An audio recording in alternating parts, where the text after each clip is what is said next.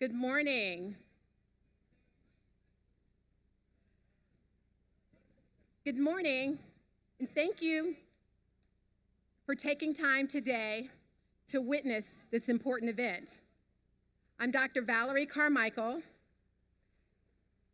Myself, along with Dr. Anthony James and the Truth and Reconciliation Coalition members, have been on this journey since the summer of 2018. Today, we will unveil an historic narrative marker that shares the traumatic experiences of two men, Mr. Simeon Garnett and Mr. Henry Corbin. These men were lynched near this location in the mid to late 1800s, less than 150 years ago. During this time, African Americans were not always treated equally, a time when we were not always granted judicial process, and a time when we regularly feared for our lives. This marker represents an opportunity to share the experiences of these men on one side and the grassroots efforts of the Equal Justice Initiative on the other. Our hope is by telling their stories, along with the more than 65 others who were lynched since the Civil War, will help to educate the nation on our complicated history regarding race and racial terror, and move beyond silence toward the power of truth and reconciliation.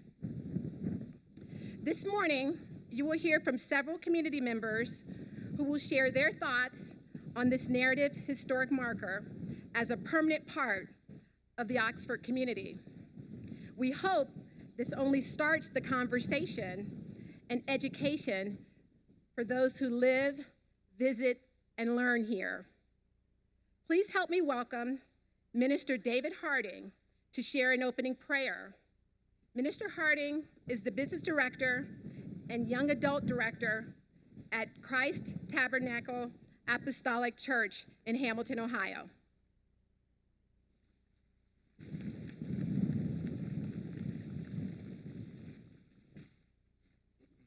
Hello, everyone. Let us pray. Dear Heavenly Father, we come before you humbly, thanking you for this beautiful day, these beautiful people, and this beautiful initiative. God, you're Lord of all, and yet you give us free will to create adversity or to take it upon ourselves to be the world-changing light of our communities. Your word says that the truth will set us free, and we're praying this historic marker highlights the truth needed to heal the deep wounds of racial injustice that happened in this city years ago. Bless all of the parties involved today. Give them the resources that they need to continue impacting the world around them. And let us continue to come together as a people in unity to create a better community, one that you'd be proud of. In your name we pray. Amen. Thank you.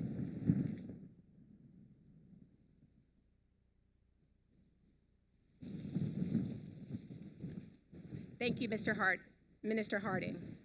Next, we present several individuals who will share their reflections on this historic narrative marker and its impact on the community. Please follow along in your program. If you don't have a program, there are many over here on the table. First, I present Dr. Gregory Crawford, Miami University President.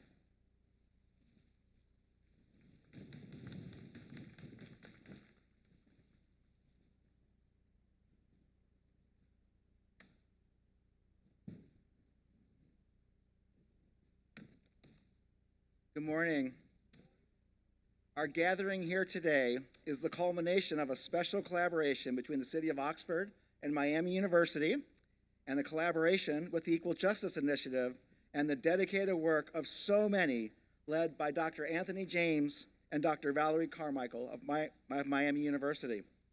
We honor the memory of Henry Corbin and Simeon Garnett and acknowledge the racial terrorism and horrific acts of violence that took their lives in our community more than a century ago. We do this because we have pledged to become a better community.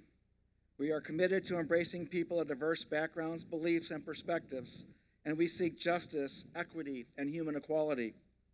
This remembrance establishes truth, and truth is necessary for reconciliation. As the initiative says, truth and reconciliation are sequential. We seek the reconciliation for our community, for our nation, and for ourselves. As the philosopher and poet George Santayana said, those who cannot remember the past are condemned to repeat it. We do not want to repeat the past that we are remembering here today. We have already seen racial violence and unjust deaths of Black citizens like Henry Corbin and Simeon Garnett too often in our lifetime. By remembering, we declare that their lives mattered. With this memorial marker and the soil from the site of the lynchings being preserved at the National Memorial for Peace and Justice in Montgomery, Alabama, the initiative has given us a way to make our remembrance concrete. Today is simply about the truth. Those lynchings are documented facts about the history of our community. It sheds light on a piece of our story that we must acknowledge before we can all heal and move forward. It gives us a better understanding of the world of the past, the world that we live in today, and the world that we wish for the future. It informs our thinking and decision-making so that we can act more appropriately in our time, in our own lives, and relationships with others. With this truth, we can advance reconciliation and come to a consensus based on facts about ourselves and our community. Our self-awareness involves and includes the truths that will help us reveal all of the truths. Our history books will begin to tell the complete story, and our disparate stories will reveal the truths. That means that we are closer to embracing a shared identity as a community, as Oxford, as a state, and as America. Thank you.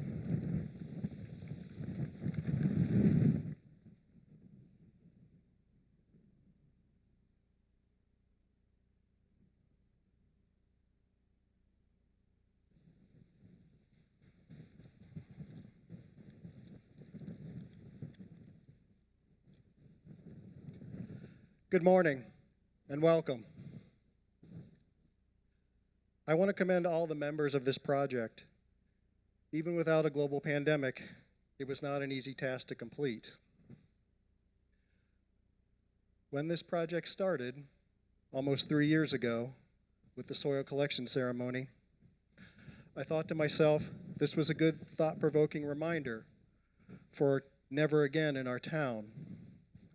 But given the last year, it has gained so much more meaning for me. It's a reminder that like Simeon Garnett and Henry Corbin, my friends of color have not enjoyed the same freedoms I have.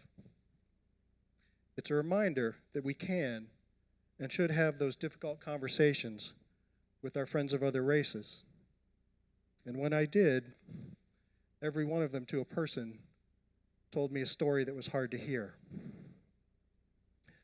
It's a reminder that there are still inequities in our country that we must call out whenever we see them. It's a reminder that we must do better. And with this memorial, I hope that we will do better. Thank you.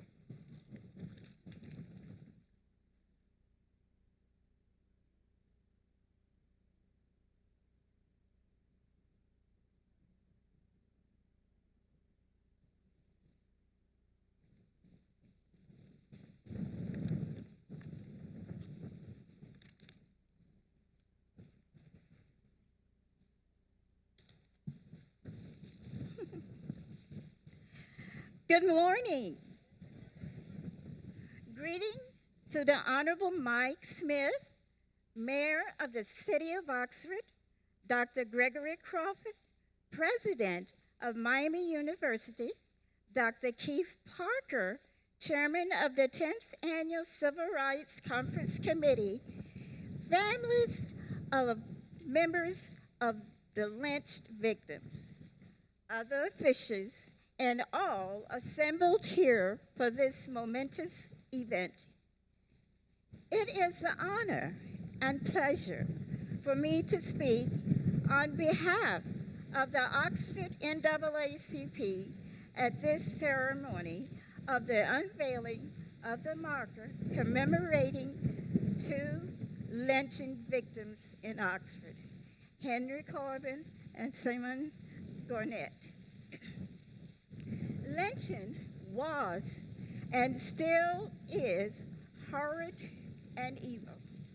History has shown that the evil system of slavery evolved to other forms such as mob lynchings, Jim Crow laws, terrorist actions against civil rights activists, and mass incarcerations.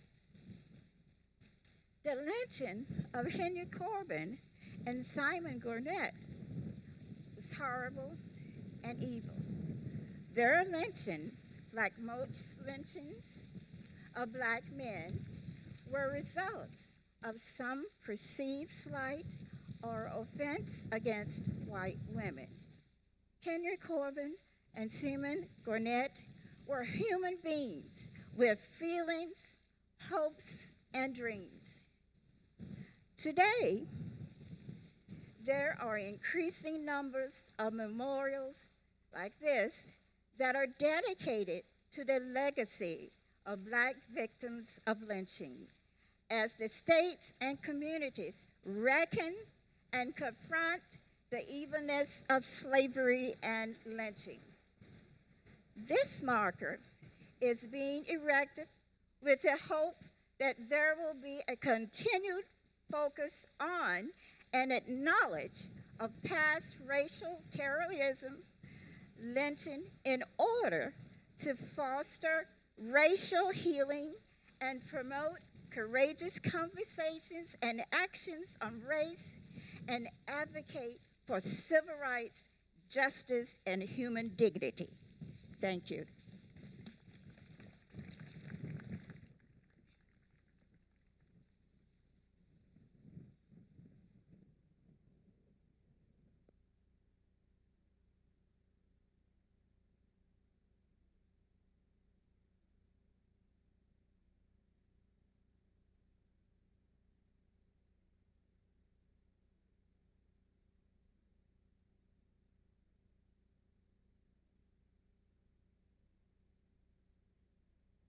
Good morning. Aha.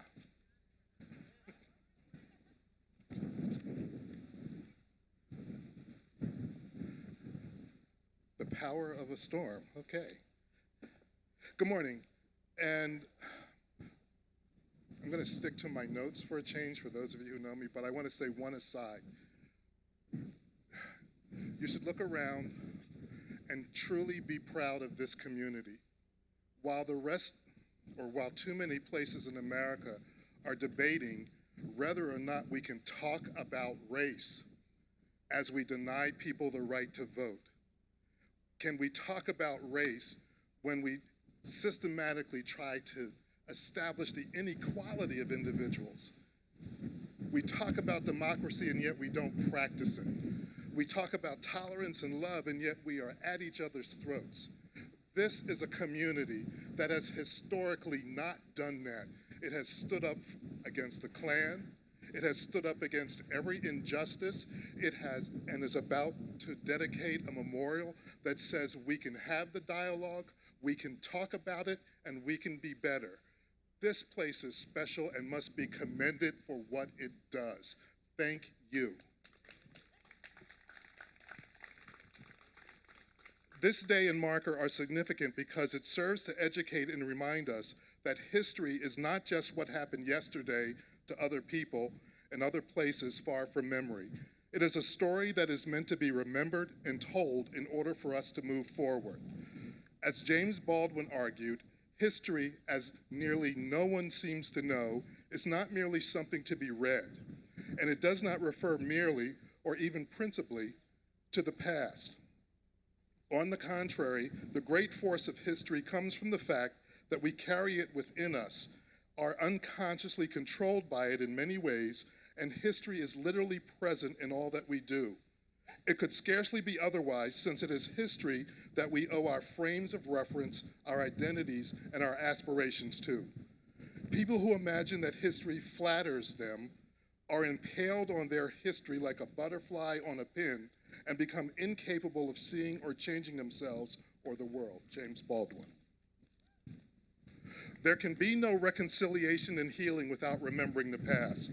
This marker is a reminder that long before Wright, Brooks, Prude, Floyd, Taylor, Jefferson, Roser, Rice, Brown, Clark, or Till, there was a Corbin and there was a Garnett who must be remembered if we truly want to overcome the past and build a truly just and equitable future. This marker stands as a reminder of where we are and hopefully where we intend to go.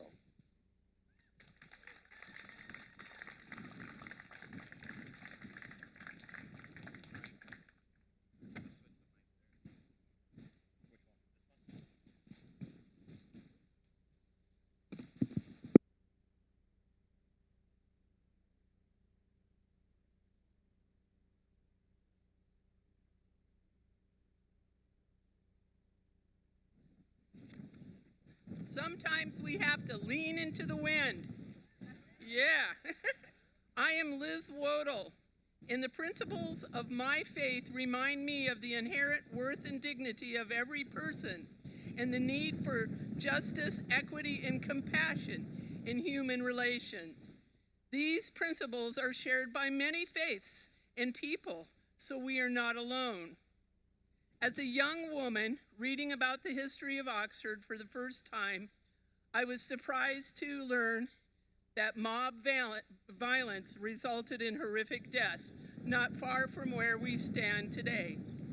Twice in the 1800s, Oxford white people lawlessly took the lives of Black people because of deep-seated anger and racial hatred. I read again about these events described in a series of articles by Jim Blount in Hamilton Journal News, 1995, and then later in 2019 series by, I can't remember his name, in the Cincinnati Enquirer. Mark, all right. Wanting to know more, I visited the Smith Library of Regional History located in the Lane Library. I wanted to extend my grateful thanks for those who guided me through the archives. The staff showed me and others copies of letters, diaries, old news articles that shed light on the truth, even though the truth was coarse and hard to imagine.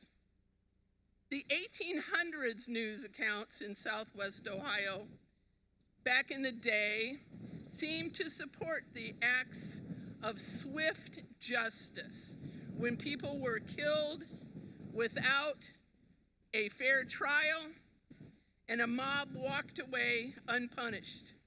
I feel it's unlikely that the Black community forgot what happened. Yet how many other people can recall the story? Are we that transient a community? Perhaps. I am heartened to know that our community has now recognized the need to remember the histories of what happened here. We recognize the wrong that was done and want to take the needed steps towards justice. By way of this historic marker, we will recall these tragedies, be honest about our history, and work tirelessly to sustain a just and thriving community. Thank you.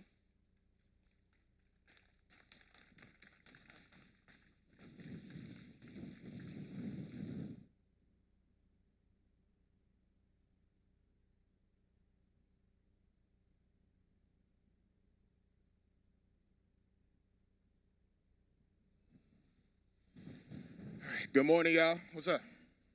We're good? Excellent. It's an honor to be standing before you here today, and on a day that I don't necessarily consider a happy one, but a necessary one, because truth is not always pleasant, but it is necessary. And as we gather here just 2 days after celebrating Juneteenth, the official end of slavery. We all know that it's not just documents or proclamations that can free a people, but only a community committed to the ideals of truth, reconciliation, and love. My name is Law Masango Debo, Law like Law and Order, for those who haven't heard that spiel. And I serve as the director for the Center for Student Diversity and Inclusion. But for today, I want to take off my director hat and put on my scholarship hat. And so I actually had the opportunity to travel to Montgomery with a class that got to see the lynching memorial, that got to visit the EJI site. And to say that I was overwhelmed would be an understatement. I got to see markers that so many that it made the cicadas look light, okay? And that's just to be honest. And even though all these markers had many names, I knew looking at the markers that it wasn't all the names, right? I saw dates on every major holiday that you could think of, even my birthday, and I knew those weren't all the dates for folks who had gotten lynched. And so it does bring joy to my heart to see Oxford acknowledge something that happened here, when for many of us, we thought that things like that only happened down south.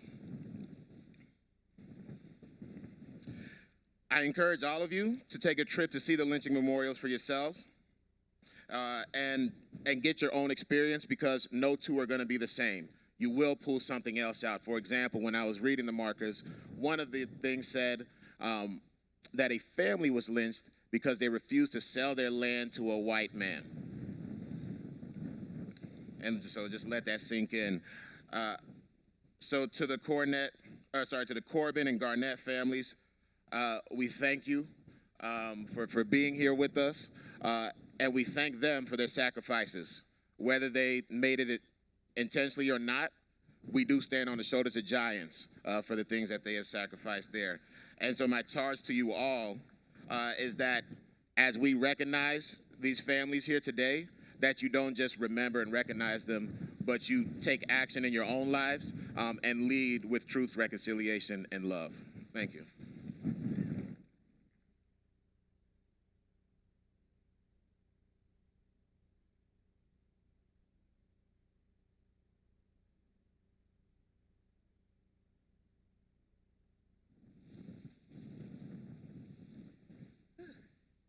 Good morning. My name is Chris Corbin Gerals. That was my sister. First, let me say how honored I am to stand before you today at the historic unveiling of the historic markers of the Equal Justice Initiative. I am a descendant of, this is hard. I am a descendant of two victims of lynch mobs that was unleashed upon my family here in Oxford, Ohio. In 1877, Simeon Garnett, who was the uncle of my paternal grandmother's first husband, was lynched. That was 52,522 days ago today, even without benefit of a trial. 15 years later, in 1892, Henry Corbin, my first cousin, twice removed, also on my paternal side, suffered the same undeserved torture. Though Henry's lynching was 47,277 days ago today, some of the same unjustified killings are occurring today. I believe that one must accept the past, either good or bad. This enables me to accept the bad for what it was, strive to not repeat it, and rejoice in the good. The Black Lives Matters, as well as other groups, are proof that we, still to this day, are not always on the right side of justice. However, the Equal Justice Initiative, events like today, and the historic passing last week of the signing of the Juneteenth holiday to be observed as a national holiday is what gives me hope. Hope that we, as a people, will continue to make strides to become better people, not to repeat the past, and to become a better nation. Thank you.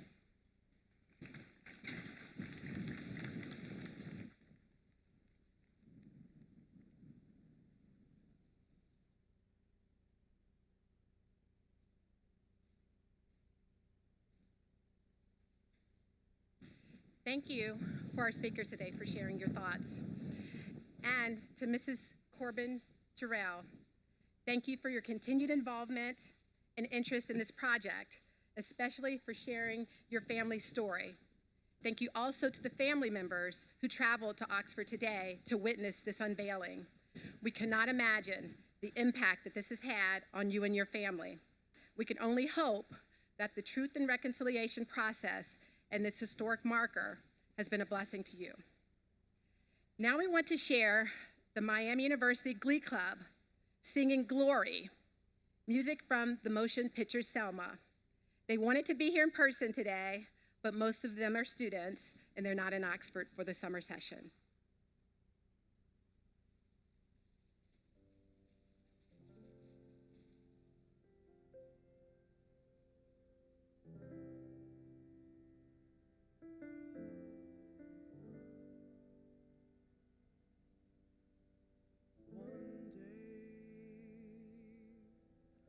When the glory comes,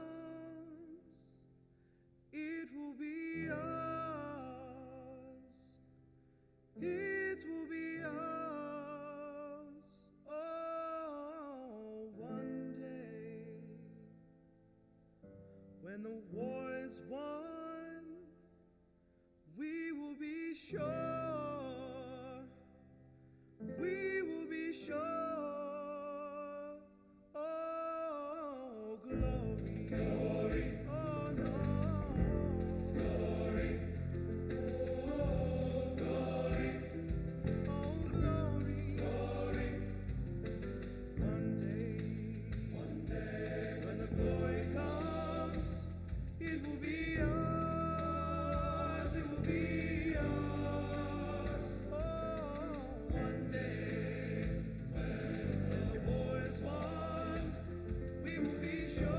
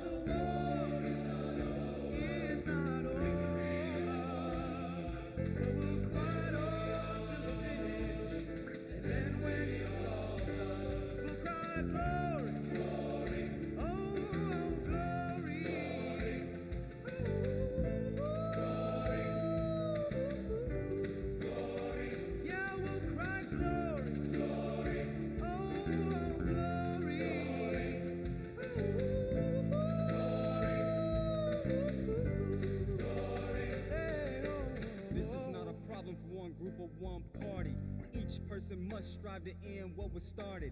MLK had a dream of a table where we all sit, and moving toward this dream we cannot quit. Each man and woman deserves the justice. You can't believe that it's just us that's being persecuted. Everybody's got a story. I know one day we shall all see the glory. The glory is us, united as one. Neither hate, ignorance, judgment, or guns can win this war against division and discrimination. Can't you see the greatness that's in all of us? Especially when we give love, honor, and trust. So let's stop this abomination and start loving as one, giving as one, caring as one, feeling as one, growing as one. Yeah, that's right. I'm talking living as one. One day, when the glory comes, it will be ours.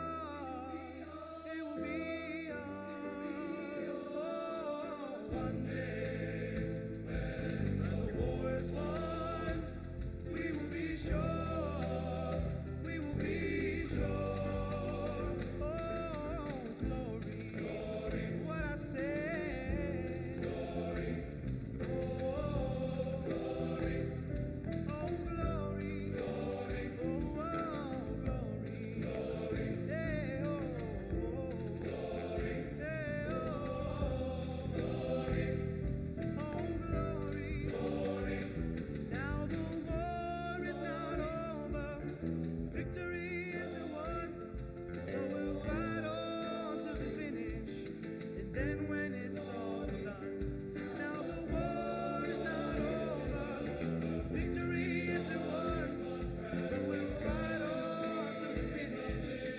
And when it's all done, now the war is not over.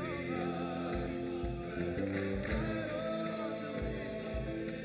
And when it's all done, yeah, we'll fight on. The war is not over, not over, but we'll fight on. Now the war is not over. Victory is in mine. Yeah, we'll fight on, yeah, we'll fight on, yeah, we'll fight on.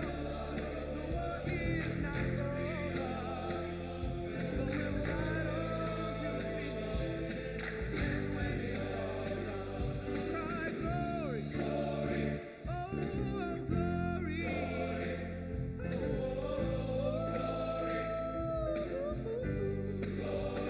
Yeah, we'll cry glory, glory, oh, glory,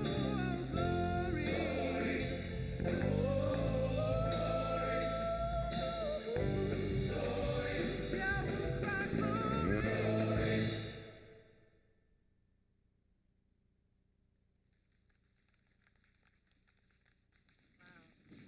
Wow, that was powerful on recording. Just imagine if they were in person.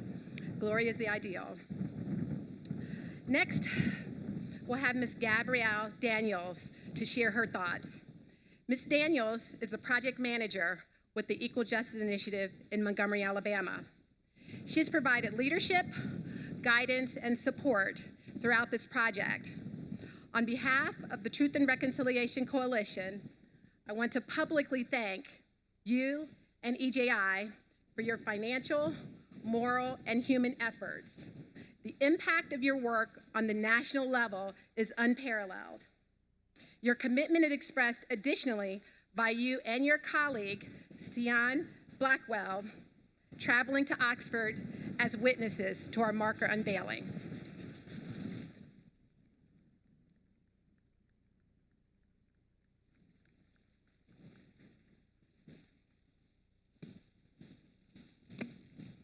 Good afternoon, everyone. It is both a joy and a privilege and a pleasure to be here with you this afternoon. With the pandemic, we haven't been able to travel for many ceremonies that took place in the last year, so we're really grateful to be able to be with you all in person, to celebrate in person, and as Valerie said, to bear witness to a very special occasion. Very often when I've traveled to historical marker ceremonies and dedication ceremonies, and we get to see the community members who've come together to celebrate that as a community that's interested in telling the histories and telling those stories, we have an opportunity to recognize that not every community has been willing to challenge and confront the silence around the issues of racial terror or racial violence or racial injustice that took place. There are many people in many communities who don't actually know what has happened in their community, where that social memory, that history has not been preserved, and yet we continue to live on the fruit of seeds that were planted in the past. We will continue to harvest on those seeds, especially where we have been unwilling to dig up the roots. The root systems remain, and if we don't know what they are, if we don't know what has caused them, if we're unwilling to see the ways in which those root systems affect us, not only our neighbors, but us as well, we become in the position of those who have tools and don't know what to use them on, or perhaps we don't have tools at all, and yet we see the problem day by day. That causes a great deal of vexation for those who have a heart for their neighbor, who have a heart for their community. And what we at the Equal Justice Initiative have tried to do is to encourage community members to understand that they have more with them than they may realize. They have the opportunity to lend and contribute their voice and their time and their presence in places where if they did not inhabit those spaces would go untouched. There would not be a community sense without people. There would not be systems without us populating them. Therefore, what we produce in our communities and what we produce in systems has a lot to do with what we bring to them and what inhabits our own hearts and minds. And the conversations that we seek to have in communities, in neighborhoods, has a lot to do with not just how we see ourselves, but how we see our neighbor. Do we choose love over fear, Are we willing to look justly at past occurrences? And if our answer is yes to that, then we have something to bring to the conversation. We may not know all the events that have taken place. We may not be historians. We may yet have gaps that we need to have filled. But it's honorable to learn, and it's honorable to contribute, and it's honorable to show up and be present when there is a need. You may not know what you'll bring, and you may not know what you'll give, but you have the opportunity to say, at least I'm willing, and I'm willing to learn how I can be more effective in this work. I'm willing to understand what affects my neighbors and what affects my community members. I'm willing to not go and retreat when it gets difficult, but I'm willing to stay and be present and look at difficult things. When I first started at the Equal Justice Initiative, one of my first assignments was to write narratives about victims of racial terror lynching.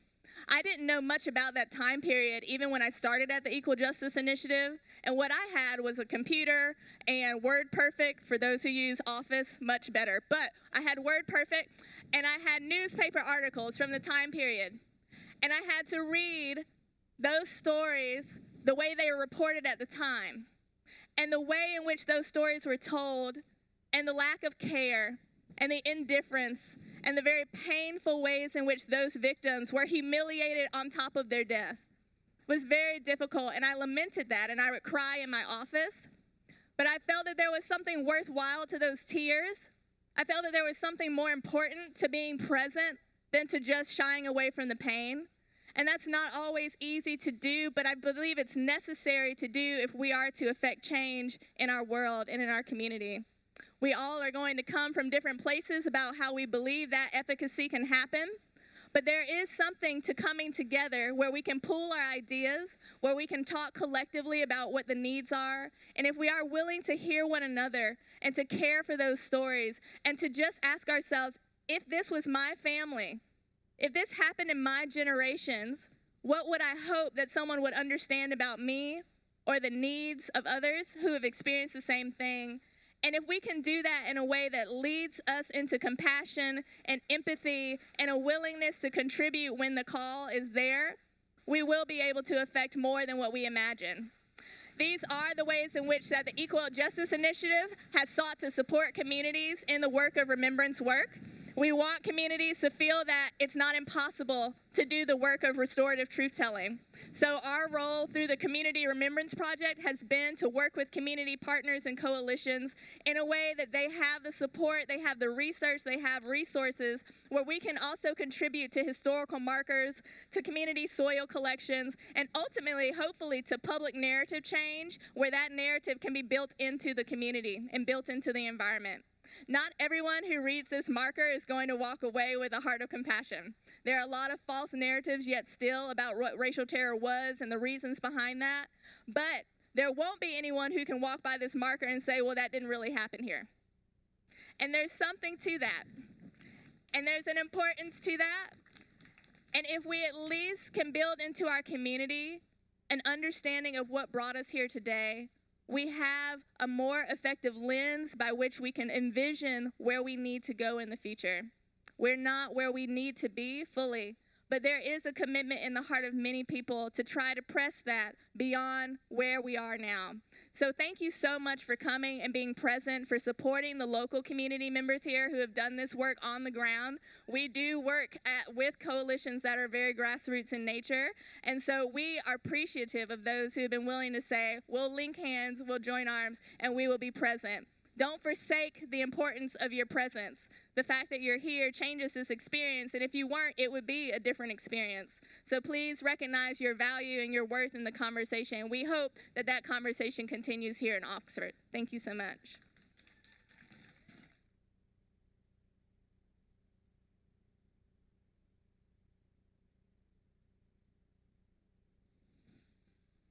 Thank you, Gabrielle. Finally, we have our own Dr. Anthony James. He will share closing remarks and next steps. He will also lead us through the unveiling.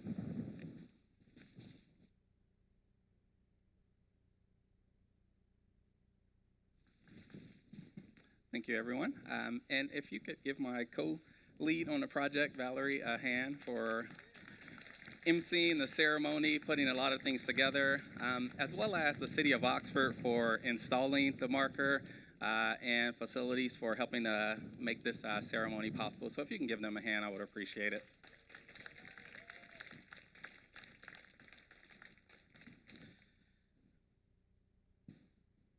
So I would certainly like to thank all individuals and entities for making this project come into fruition. Each and every person that put forth effort to make this a reality, we appreciate you and your willingness to engage in the necessary work to make the moral arc of the universe bend towards justice. As leaders, sometimes you have your moments, typically for me it's at night when I'm laying in the bed, where you wonder if you got it right. If you did what you were supposed to do to help bring along a better experience for others, to help reconcile, violations of people's humanity. And I have those moments because you have to lead, and you have to lead communities who don't always necessarily see the world as you see it. But I don't think this is one that I'll worry about. I think we got it right.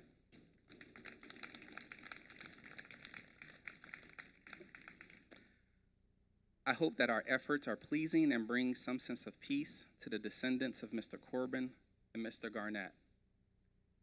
And I didn't say their first names because as a person that has a PhD, I know how important it is to be honored with the right salutation. And I want to honor them in that way today. The terrorism inflicted on those gentlemen, their families, their communities, and thousands of others robbed them of their basic rights and ultimately of their lives. Today we honor them. Today we move towards reconciling that past. I hope that this community, our community, lives up to the goals of the EJI Community Remembrance Project by allowing us to honestly confront the truths of our dark past and inch closer to reconciliation. This is certainly a step in the right direction. And I thank you for being here today to help us move our community forward. So thanks again for taking the time to honor the legacies of Mr. Garnett and Mr. Corbin. We appreciate you. And with that, the moment we've been waiting for, I would like to call the families up.